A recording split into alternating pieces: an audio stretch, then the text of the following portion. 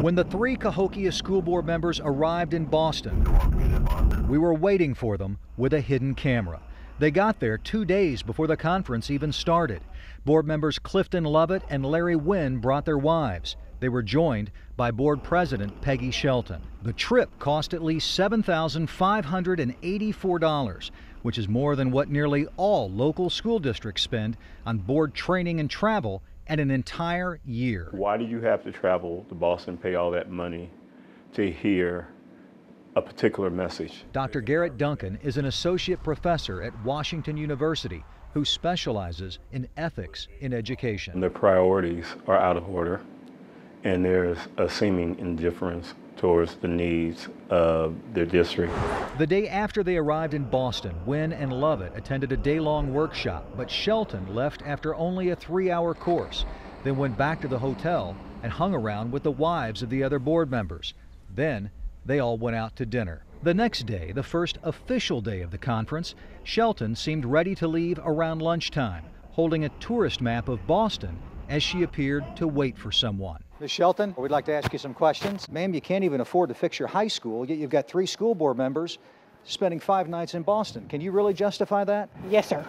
How do you justify that? Continuing education. Take it in St. Louis. A few minutes after she went back inside, the wives showed up. Couldn't find out who they were looking for, then got back on the bus and left. Why fly to Boston when your school district is in so much trouble? They don't offer the classes that we're taking here and there. Ma'am, seriously, I think a reasonable person looks at this and says, you've got to be kidding me. And that was before I went to the National School Boards Association website and found the written presentation for every workshop at the conference. All 3,270 pages, and I got all of it for free. And I'm not even a member of the National School Boards Association. Wow. When it comes to out-of-state travel, the Cahokia School Board is in a class of its own. In 2009, 6 board members, including Shelton and Wynn, flew to Las Vegas for a 3-day conference that wasn't even designed for board members. The trip, paid for with a government grant aimed at school improvement, cost taxpayers $10,612. I went to Las Vegas. And there have been repeated trips to Chicago for state and national conferences, costing tens of thousands of dollars in recent years. During the current school year alone, Cahokia has spent at least $15,645 on board training and travel. How does that compare to other districts?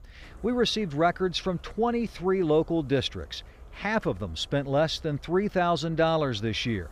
The closest to Cahokia was Maplewood-Richmond Heights, which spent about $8,300, but much of the cost is tied to 2 trips, one to Boston, the other to Italy, where the district will receive prestigious awards. And because of that, Dr. Duncan says the expenses are justified. They could defend this. But can Cahokia defend it? A district that's falling apart. A district that recently squandered $1.6 million on a school construction plan that's now useless.